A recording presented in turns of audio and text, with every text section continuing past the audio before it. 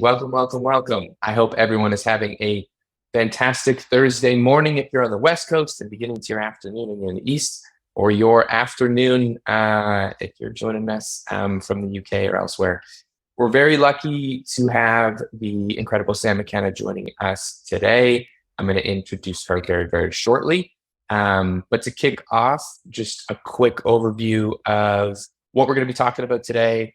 And a couple of housekeeping notes that if you're a usual at our GTM sessions, you probably heard me say a bunch of times, but I'm going to say them either way. So these sessions are recorded. We will share, with all of our portfolio companies and teams, so the folks joining today. So don't worry too much about taking notes unless you have specific things you want to follow up with, or if there's members of your team who we get 15 minutes in here and you think, oh my gosh, I wish they were here live. Don't worry, you can share the recording afterwards and they can check it out. The other part of it is, and usually I prep our guest ahead of time, but I know Sam and I have done this before, so I feel comfortable saying this, and that we want these to be really interactive. So we have some great questions we're going to cover as we go, but if you have any specific questions to your role, your company, this moment in time as you all are planning both your LinkedIn strategy, but also go to market more generally, please jump in. You can ask questions in the chat, but we'd love to see, your smiling faces and hear your voices as well. So don't hesitate to unmute or turn on your video as well. So the topic for today is leveraging LinkedIn to drive revenue, which we're going to talk, I think, a lot about building that personal brand side of things, do's and don'ts, ways to leverage what is a really wonderful and powerful platform in LinkedIn if you're using it correctly, and how that can tie back to sales and revenue on the company end as well. And as always, we have the perfect person to chat with, but I think this one's especially and on our side. So Sam McKenna is the founder and CEO of Sam Sales, a boutique sales consulting firm that specializes in providing modern day sales training across full cycle of the sales and to teams and organizations of all sizes. Before Sam Sales, Sam was the enterprise sales leader at LinkedIn for LinkedIn Sales Nav, VP of North America Enterprise Sales at On24 before that, and a record-breaking rep and leader throughout her career. So today has over 100,000. I shouldn't say over, but I'm going to say basically we're rounding up on the last couple of stragglers to 100,000 followers on LinkedIn, awarded the coveted Top Voice on LinkedIn in 2024 award. And knows this playbook of building and executing both your brand and revenue engine on LinkedIn better than anyone in the GTM community. And we are very lucky to have had Sam part of the GTM community since, I believe, day one. So welcome, Sam. Thanks for joining us. Thanks, Paul. I was going to shout out for Mark being the only one on camera, but he went off and now I'm going to have to give the award to Monty. So thanks for being on camera. Nice to see your face. Thanks for having me, you guys. Really, really excited to talk about this topic. And I'll let Paul kind of guide the conversation to get us started. But for those of you who don't follow me, help me get to 100,000. Say hello on LinkedIn.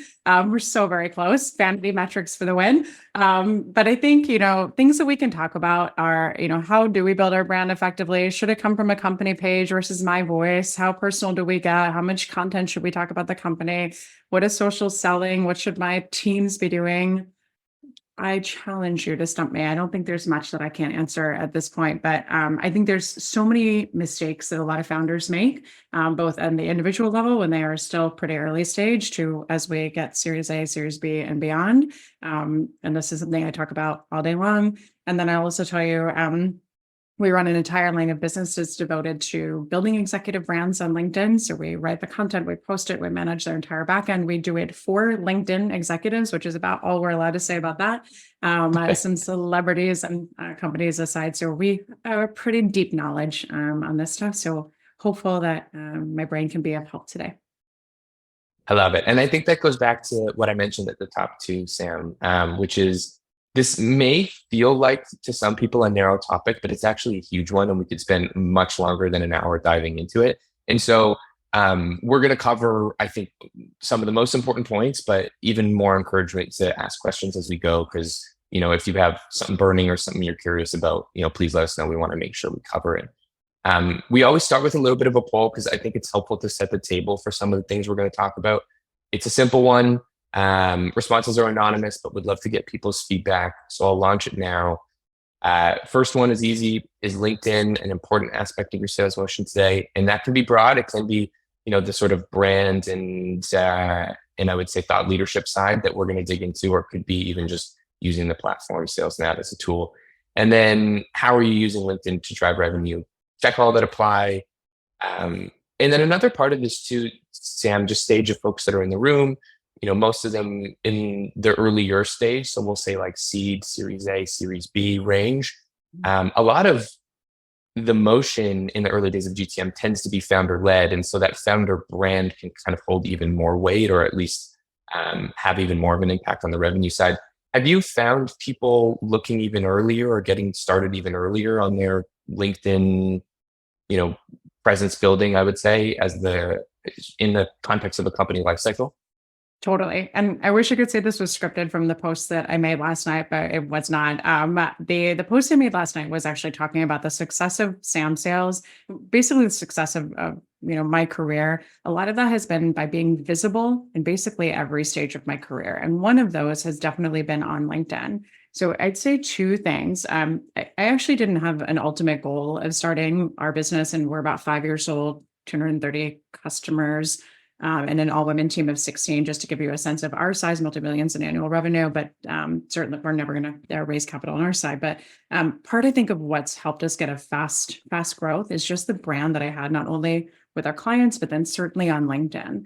So I think one, just starting earlier, right, was huge. Starting before you need it is a big deal. Even as you guys think about that, from inbound, outbound, referral, nearbound, all of these sales motions you can run, do things before you need them. So build your brand before you might need them. Even if your pipeline's super full, start outbound before you need it. Even if your pipeline is super full and you really rely on inbound, get those things started. That way you've already got a leg up. But from a posting perspective, I've been posting on LinkedIn since 2011, which makes me feel supremely old, but it's been a minute. And it's just, a way to share that thought leadership. So personal stories, things that actually teach, et cetera. Tons that you can do there, or you can even go off the rafters and post about your first pumpkin spice latte, which I did today, and I'm sure is riveting for all of my followers. But I will just say, as a quick thread to pull, personal stories, things about your life, pictures of your dog, things like that, within reason and within good measure, can find engagement from the people that you wish would engage with your true thought leadership, your CROs, your CMOs. If you look through the likes, there's a lot of people that I'm like, but I post really smart stuff. I engage with that stuff too, instead of a pumpkin spice latte. So, but yes, get started early. It's a hot topic. How early is the right time for a pumpkin spice latte is a hot topic. Lots of hot haters in Austin and Georgia right now who are like, hot drinks, pumpkins. No, it's really hot here. I know. I did get off a Zoom yesterday with someone in Austin who said it was, I think, 105 yesterday. So that was probably that very particular experience. It's triggering. Yeah, for sure. So the intro poll, I'm going to share the results quickly. I think this was, if I had to guess, this is exactly what I might have expected. But Sam, I'd love to get your feedback as well. So we had most people who are here are using LinkedIn as part of their sales motion, which is great. But the sort of top 4 of how they're using it is what I was expecting going in. I'd love to know if this is what your guess would be as well. So we have founder brand and thought leadership, and then LinkedIn Sales Nav and direct prospecting, and then some account research stuff as well. Is that what you usually see?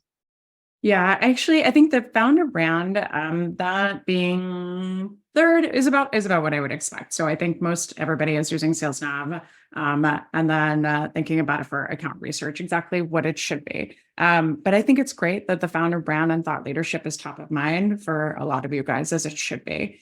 I think the other cool part, right, for all of you guys on the phone who work for smaller, more nimble companies than the GEs and DuPonts of the world, got such an incredible opportunity to be nimble, to flex, and to start getting that content out there. So love that it's part of your strategy. It's great. And I kind of wanted to start with just a context setting question. And you kind of alluded to when you first started posting on the platform, but from my research, I think it was mentioned like 2016 is when you really started putting some time and effort into building your brand, building your presence.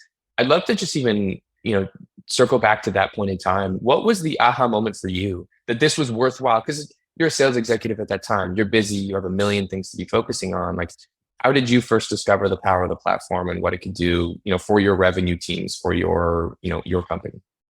I think there's this line that we talk about in sales all the time, which is trust the process, right? And like you think about that even like with, I don't know, working out, eating right. You're not going to see results today, but trust the process, keep doing these things, build a habit, and eventually you're going to see outputs from it.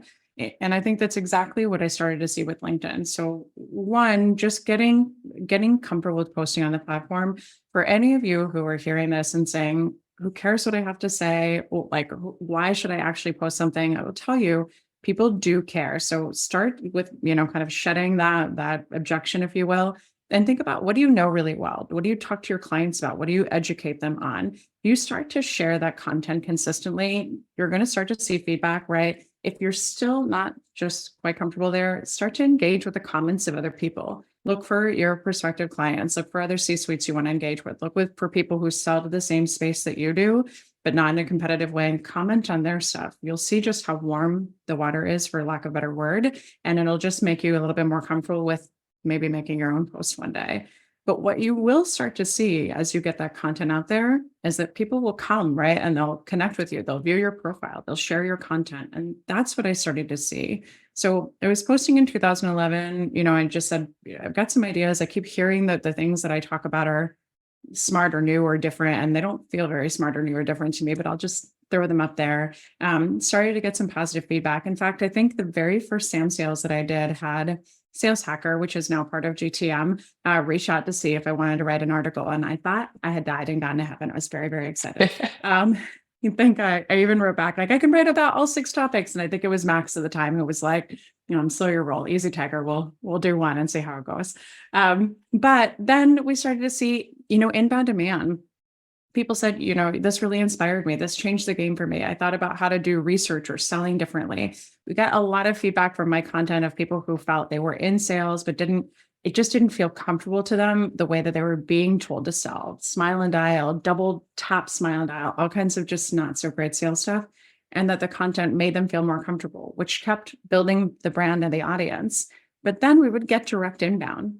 Love what you said about the analytics for your webinar platform. Can we talk to somebody on your team?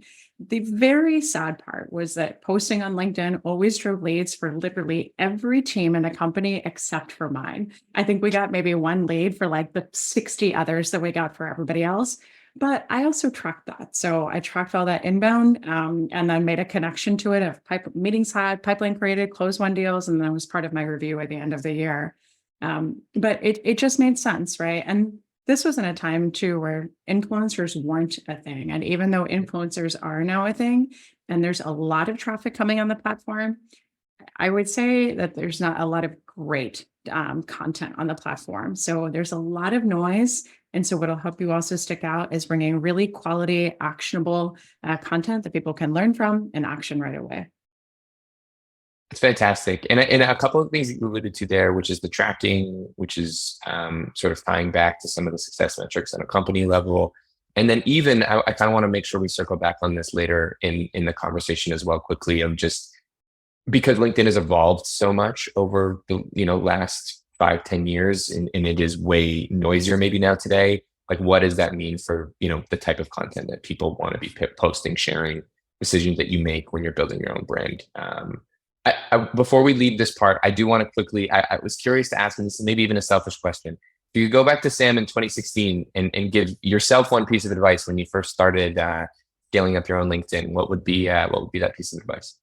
I would say to spend time growing my network more than I did. So I was really reactive in terms of my network growth. And what I mean by that is I just put the content out there and I just waited for everybody to come to me. But one really cool thing that you can do, which a lot of people just, one, don't have the time to do, which is why they turn to us, or 2, get a BDR, get a social media intern on your team to do this, is to think about how you can proactively grow that network. What do I mean by that?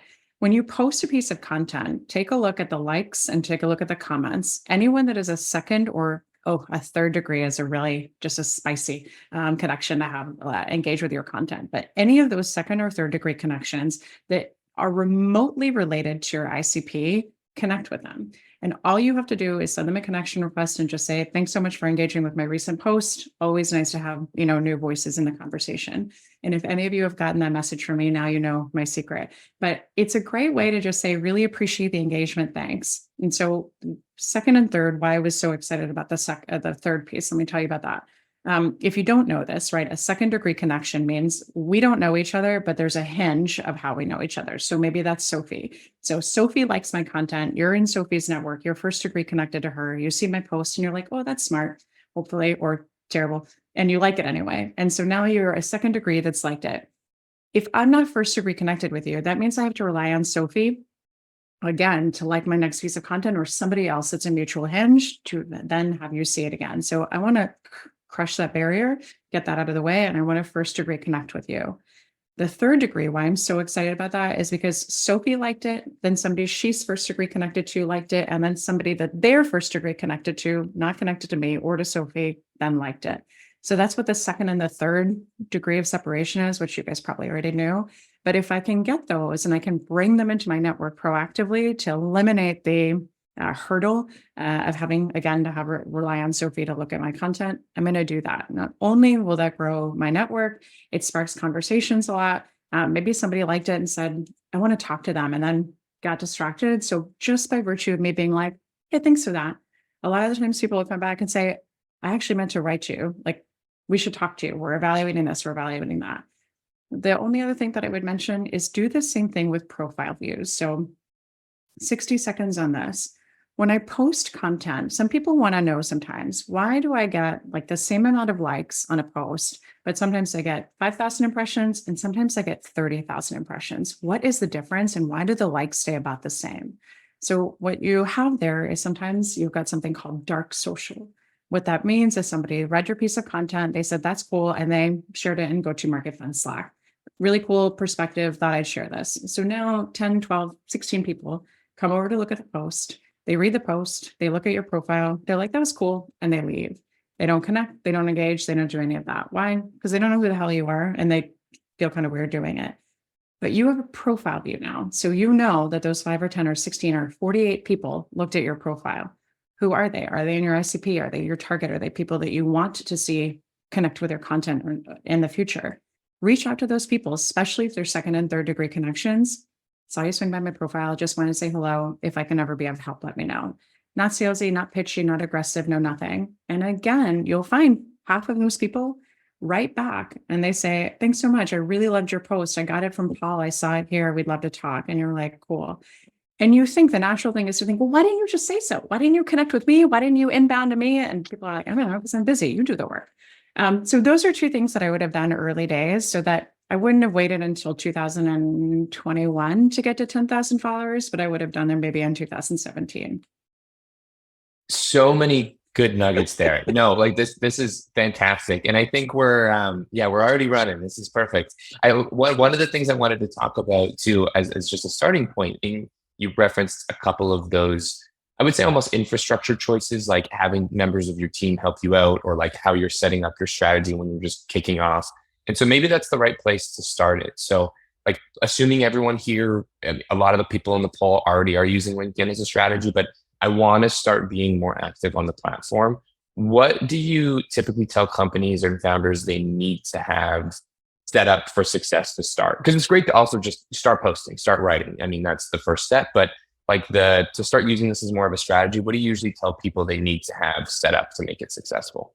Totally. What I'm going to do is super shameless plug for our LinkedIn influencer playbook on our site, but there's a massive discount through Go-To-Market Fund. Pick that up. It will either put you to sleep or enthrall you, one or the other, solving one challenge you have.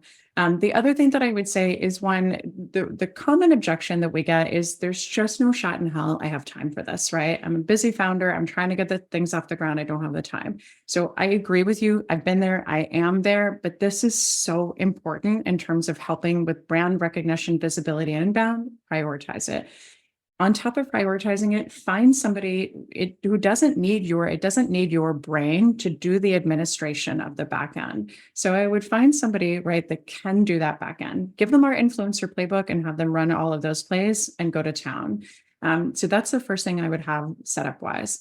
The second thing I would think about is one of the risks we have in terms of building a whole audience and a following on LinkedIn is that they are then on LinkedIn. We're literally building on somebody else's land. So we want to take them off of LinkedIn's land and on our own land.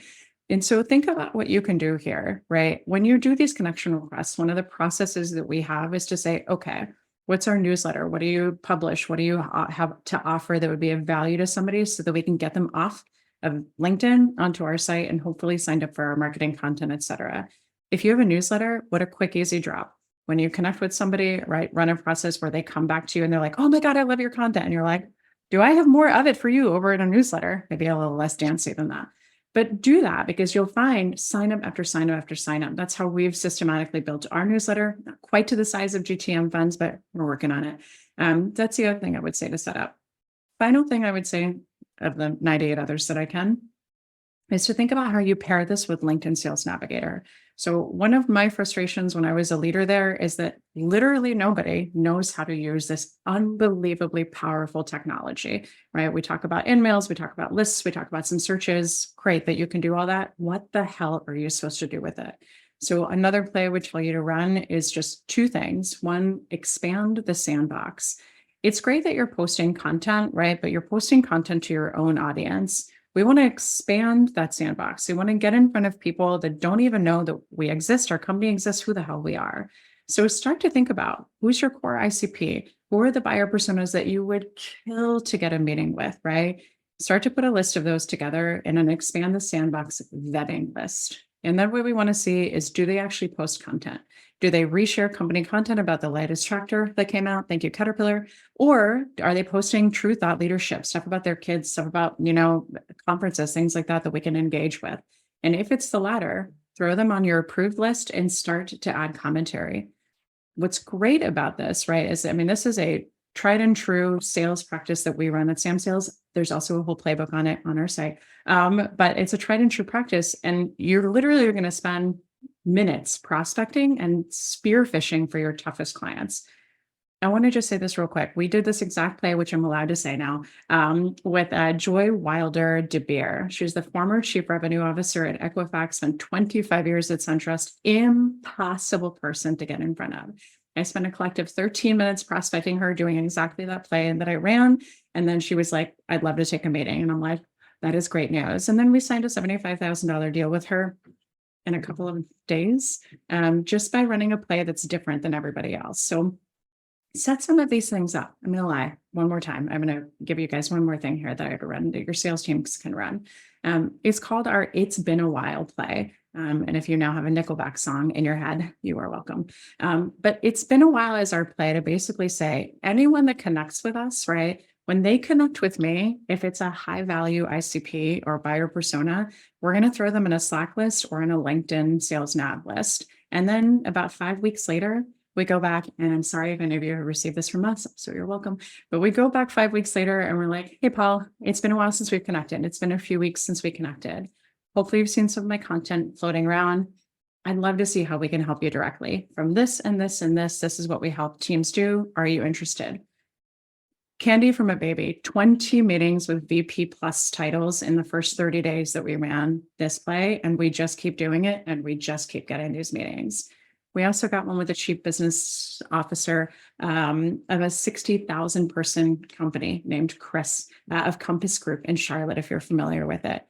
It's just because it's different and it's smart and it's just not the same old crap that everybody's getting. So I'm going to stop talking now, I promise. But hopefully some ideas of how you can get started and things to have in play to see success.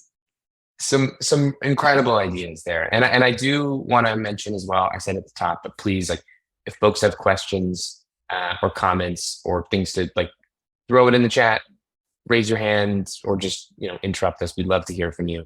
But there was one part I wanted to circle back on, which again, amongst 3 or 4 unbelievable, I think, strategies. And in the follow-up, by the way, I'll let everyone know, I will send our offers portal where Sam and the team have very kindly, given the GTM fund portfolio and founders and teams a really discounted access to a variety of their different resources. So we're grateful for it. And I'll send that again with the recording. But just structure of your team, because I think some people can hear those things and are like, wow, how many people are running this? Do you have 5 people? Is it 10 people behind the scenes that are doing all this? If I'm a seed stage company and it's the founder's presence, but how many people have you seen an earlier stage group successfully run this? Is it a a rep and maybe someone from the marketing team on content? Like, would love to know just team structure capacity stuff that you've seen work really well.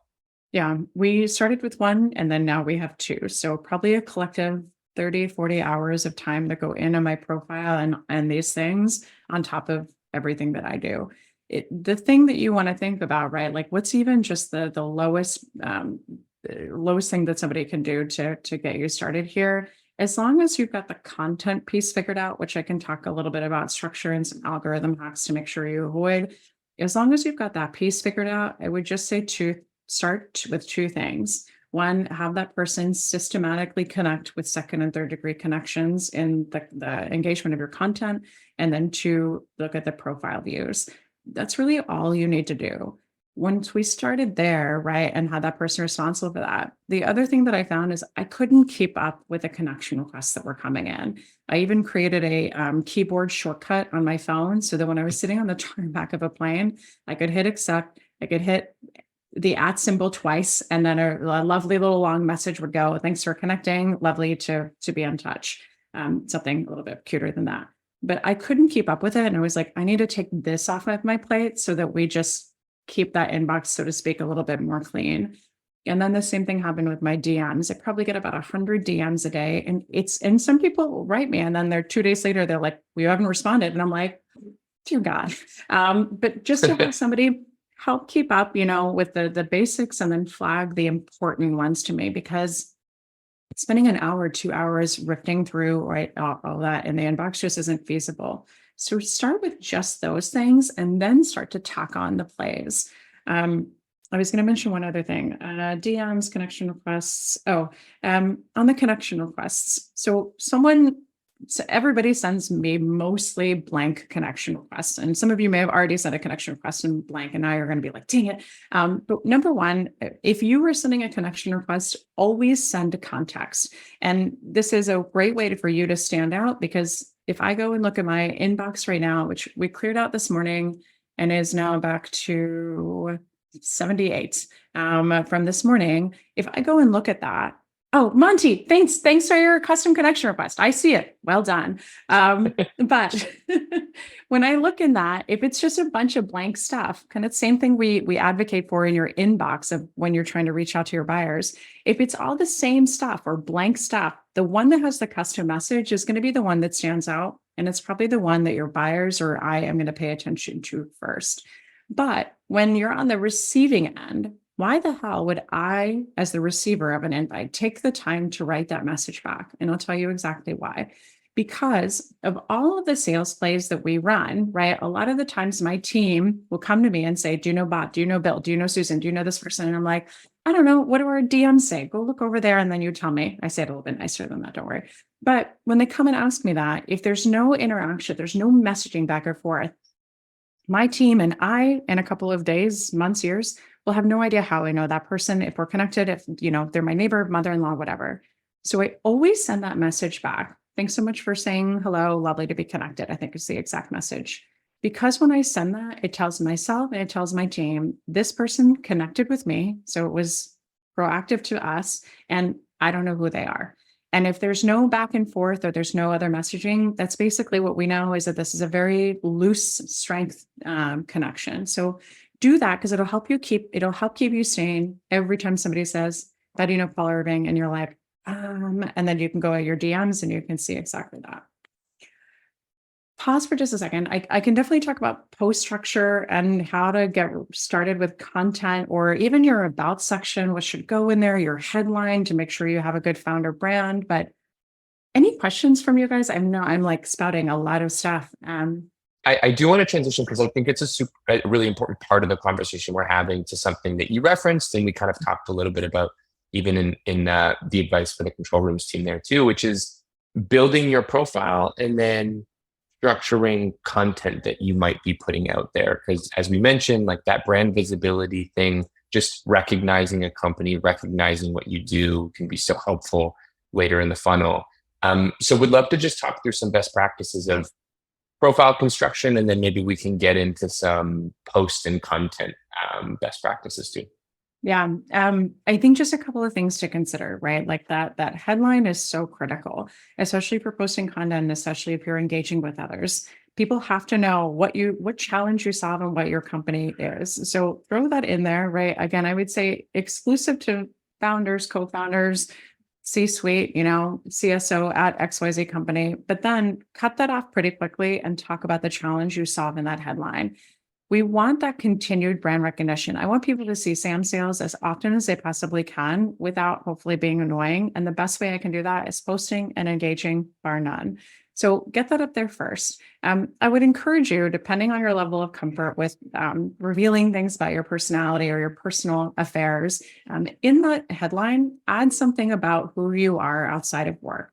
How can I humanize myself, right? That's what you should ask. So what do you do on the weekends? What do you do in your 5 to 9, so to speak? Have you traveled to every continent on the planet? Is there something interesting about you that you can share? Do you love crime, real true crime murder podcasts? Like, talk about something that people can connect with you on. So one, I've got overly enthusiastic in my headline, which is more of a warning than anything else. So nobody gets terrified when they get on a Zoom with me and they know what to expect. And then I have, Swiss dual citizenship. And then I think something else, just to say, like, I'm probably not exactly what you expected based on what you can see online. So here's just a few things to know about me. The second portion I would talk about is your about section. So if you don't even have an about section, let's get started. But break it up into three sections. First, it should be written in the first person. Just imagine the difference that you feel, right? If you went to my profile and it's like, Samantha is a blah, blah, blah, you'd be like, what a pretentious person, and be like, correct. Because it's my profile. I own it, right? Like Bill Gates can do that. Sam McKenna, not so much. I don't think we're quite there yet. But first person, and then talk about it in 3 sections. So one, start with a story. How do we pull anybody in to listen to us? It's a story, not data, not facts, not our expertise. No one cares. Start with a story. How did you get here? How did you find a passion for what you do? What's something that you can tie about your past to what you're doing now? Right. Mine starts with raising money in 6th grade for the Leukemia Lymphoma Society. And that was my first exposure to sales. So pull them in with the story. Second section, it's your expertise. So what does the company do? What do you do? How are you even qualified to run a company based on what you do? Right. So in that center section, I'll talk about the things that make me qualified to run a sales company. There are 100,000 sales training companies out there and people who are, claiming to do what we do. What makes us different? Why us?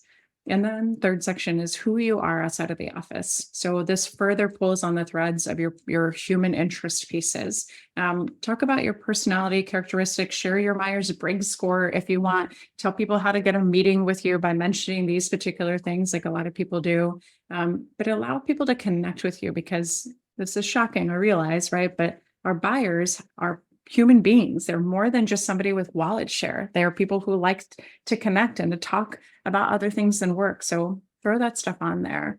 I think the thing you want to think about is also the buyer experience. So if they see your content over and over again, they see your headline, at some point they're going to say, who the hell are these people? And they're going to click on your profile. They're going to look at your headline and be like, oh, like we might need this. Let me keep reading.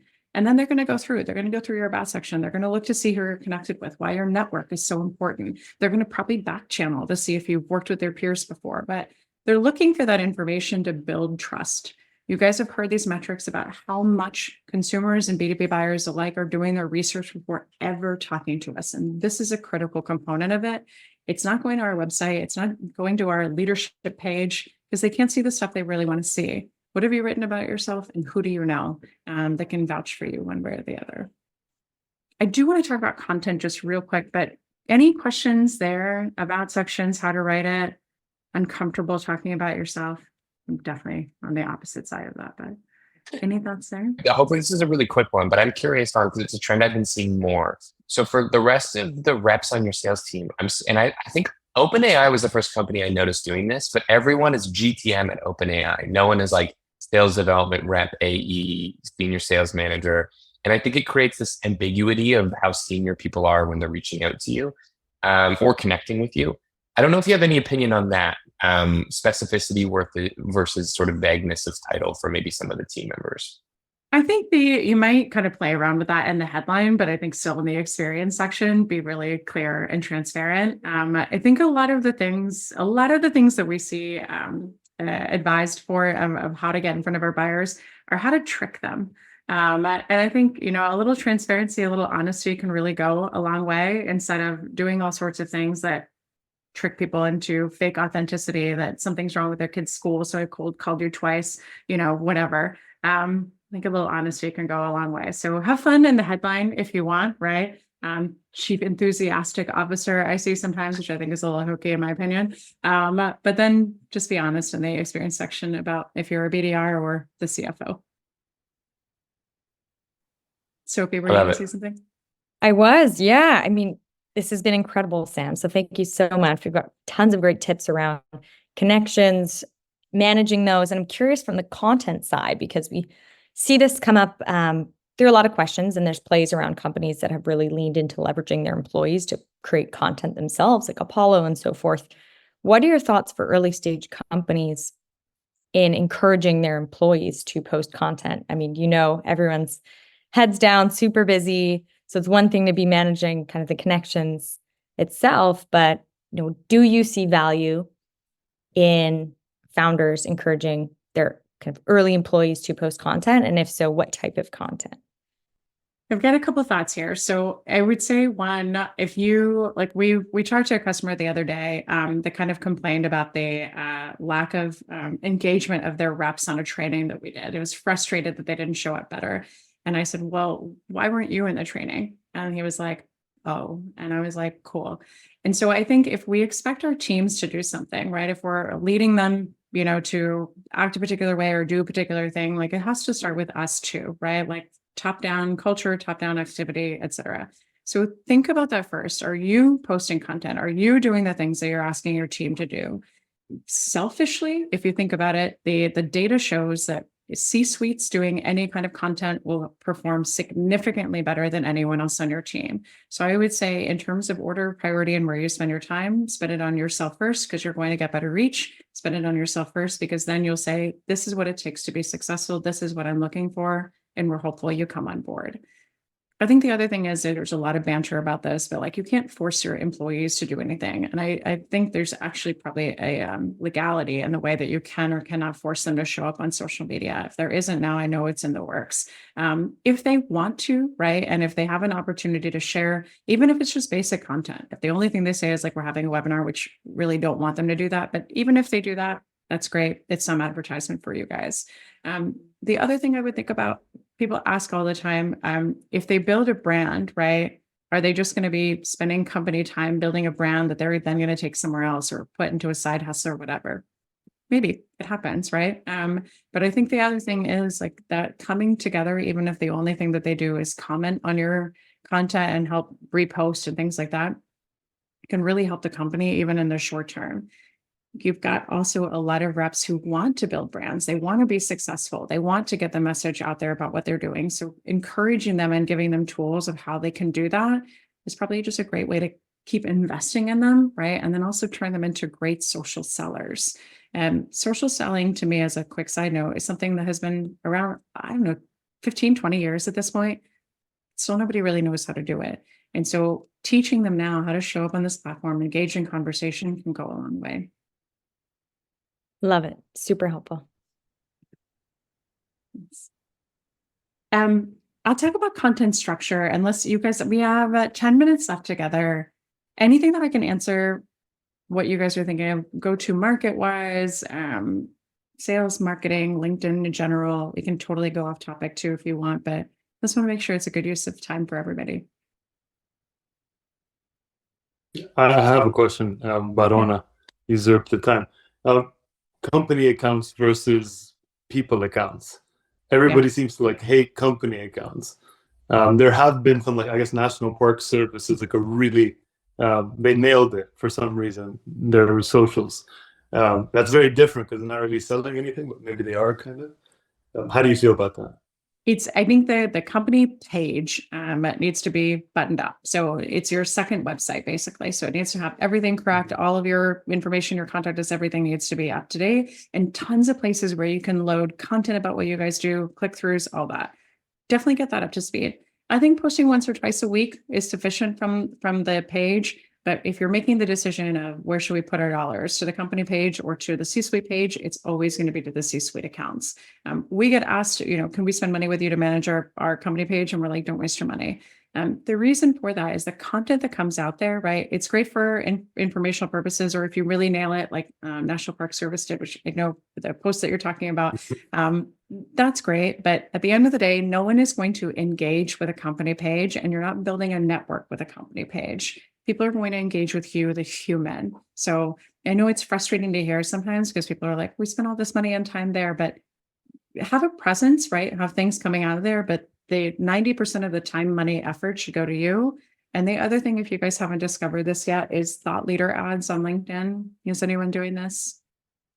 We're going to put some materials out about that of what we've learned on it, which as usual, sorry for any former LinkedIners, LinkedIn developed a product and then gave absolutely no guidance or materials of how to use it. Fantastic. But so we've tried to figure it out ourselves, but put money behind that because it's really inexpensive in compared to everything else and can help really elevate your voice to create that flywheel that we talked about. Profile views, engagement, second and third degree connections, really, really good use of money.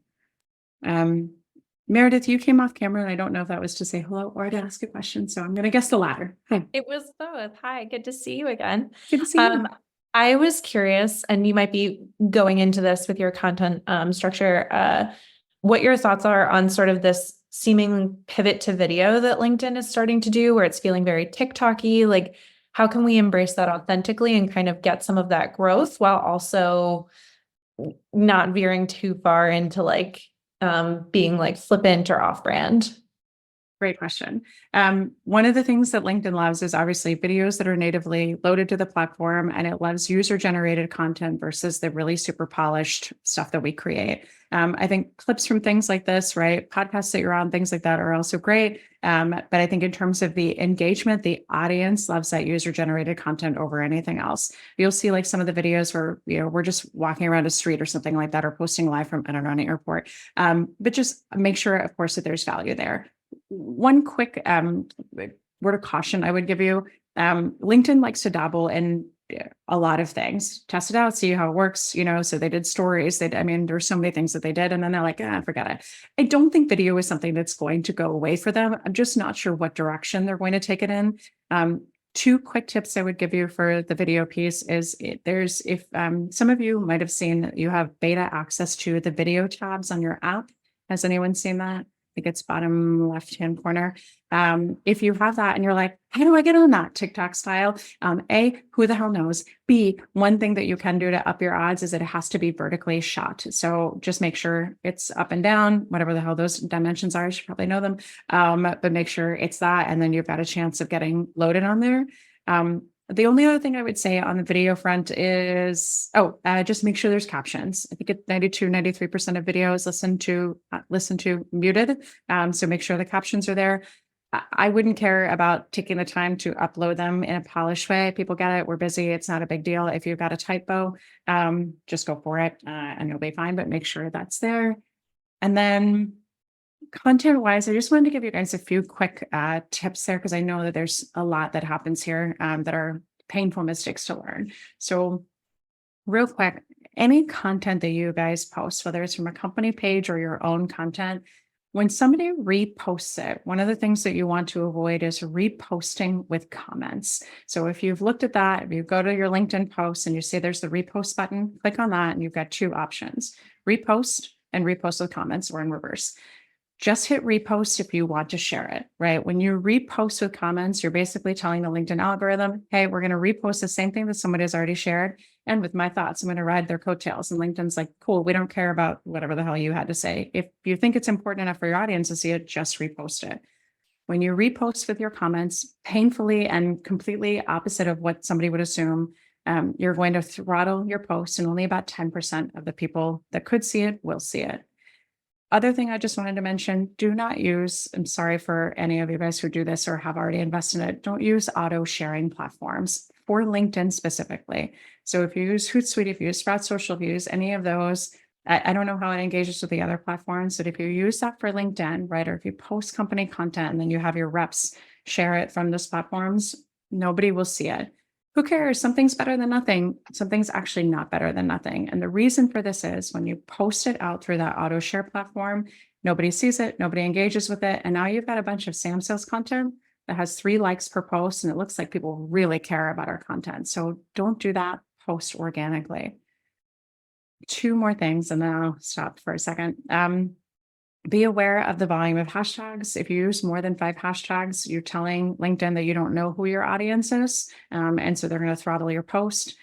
Double check those really quick. You can search them in the URL at the top to make sure they actually have good followers. As an example, I think like women in sales, women in business, something like that, which would theoretically have hundreds of thousands of followers, as like 1,400. You're like, woo. So check to make sure the followers are the audience size that you're trying to capture, or there actually are followers. And then the final thing I would say is beware of tagging multiple people in your content. So if I tag one person and I say like, great post from Paul, blah, blah, blah, blah, that's fine. As soon as I tag Paul and Sophie and 2 or 3 or 4 more people, what happens is LinkedIn's like, are you spamming them? Are you just doing this to spam them? And it looks to see if they engage within the first hour. If 50% of those people that are tagged do not engage within the first hour, your post will get killed. So some people make this mistake because they're like, thank you to the 78 people that helped me in my job, search, and then nobody sees it because you tagged 78 people. I think we're going for almost like a Guinness Book World Record for most golden nuggets and value we've crammed into a GTM session before, Sam. This is absolutely incredible. I really appreciate it. And then also big thank you to Meredith for jumping on and asking a question. It was a fantastic one because we're seeing video more and more these days too. I wanted to close in the follow-up email that we'll send with the recording. We'll attach some resources and some stuff for people to check out. But I wanted to end on this question because we talked about it before. We often see companies, founders, teams like getting a PR or an agency, and like it can be, really, it can be a pretty large upfront cost to do so. And I just wanted to ask if people are looking for ghostwriters or PR agencies or consultancies, like what goes into the decision of who could help me and my company if you want to invest more here? Yeah, I think on the PR front, just note this, if you are trying to get in wider publications and things like that, is 1, it is very, very expensive to do it. And 2, it is a highly, highly competitive market. We just did that. We spent $50,000 with the PR agency. We got 1 really good placement in USA Today, which was really good for us, but we didn't know if we were going to get that. The thing that I would just tell you is your PR is all on LinkedIn. So if you spend $50,000, right, to get these pieces, then what happens to them? They just get dusty on your site. You get 1 bib bop from them in a post on LinkedIn. You can use them in some nurture campaigns, but then what? So instead, think about how you can use that same money, right, to build a voice and build a drip campaign there. What I would say when you think about this and who you're going to hire, first thing is, do they have experience writing content on LinkedIn? It is very, very, very different than any kind of traditional PR. The second thing I would ask is, what do they know and how do they know these things about the LinkedIn algorithm? Because when we take over, right, like I mentioned the CRO of Equifax, and again, we can share this now that she's gone from Equifax, so we did all of her ghostwriting and all of her backend administration on LinkedIn. We took that over from her PR agency that she worked with for 3 years, and the content was not great. And it broke every algorithm rule. So you've now got the chief revenue officer of Equifax, who is posting content that gets like 12 likes because they don't know any better.